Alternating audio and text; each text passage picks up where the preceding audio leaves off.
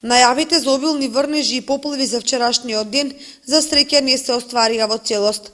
Дождот врнеше долготрајно, но со променлив интензитет. Таквата ситуација доведе до зголемување на водотоците и преливање на вештачките езера Калиманци и Градче, како и изливање на Брегалница и Оризарска река. Како последица на изливањето, под вода остана патот Оплешево – Теранци, кој денеска е тешко прооден за механизацијата и моторните возила. Освен тоа, под вода се големи површини земјоделско земјиште во атарите на Кочани, Грдовци, Подлог, Чифлик и Мојанци.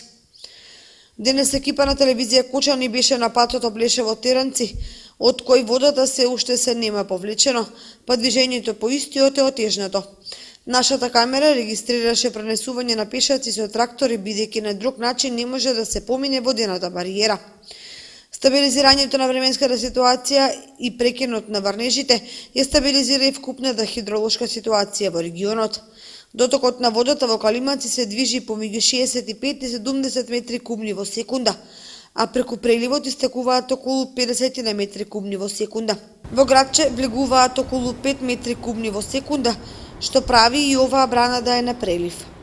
Од кризниот штаб информира дека две градежни машини постојано се на терен на Оризарска и Кочанска река, каде действуваат по потреба. Иако засега нема поголема опасност од поплави, сепак дежурствата покрај реките и акумулациите продолжуваат, при што ситуацијата будно се следи.